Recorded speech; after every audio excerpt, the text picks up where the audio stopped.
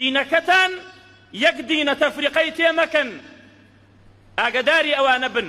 خدا وا بە پێغەمبەران بڵێت، چجا بە ئێمە ئەبێت چی بڵێت؟ ئەن ئەقیموا الدین ولا تتفرقوا فیه. دینی خوا یەک دینە، ڕێگای خوا یەک ڕێگایە.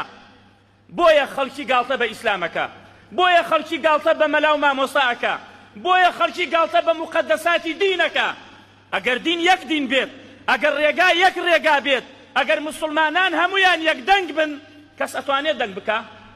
پێغەمبەر عەلەیهی سەڵات وەسەلام بە دایک و باوکەوە بە قوربانی بم 13 ساڵ پێغەمبەر بوو. ئەو داوە مبارەکەی ئەنحای عالەمی هەمووی کردەوە. سەی بەرەکەتی ئەو بکەن. بۆچی؟ لەبەرەوەی تەفریقەیان نەخستە دینەوە. هەتاوا تەفریقە بخەینە دینەوە ئێمە زەلیلین. خەڵکەر گاڵتەمان پێکا، خەڵکەر تەعنە لە دینمانەدات. ئەن ئەقیموا الدین ولا تتفرقوا فیه كبر على المشركين ما تدعوهم إليه. ئەو بتپەرستانە زۆر بەلایەنەوە گرانەکەوە یەک دین بێ، یەک خوا بپەرستی، یەک ڕێگاتە بێ، یەک منهەج، یەک پێغەمبەر، یەک قورئان. ئەی حزبی فلان چی لێ بکەین، ئەی حزبی فیسان چی لێ بکەین، ئەی طریقەتی فلانی، ئەی طریق.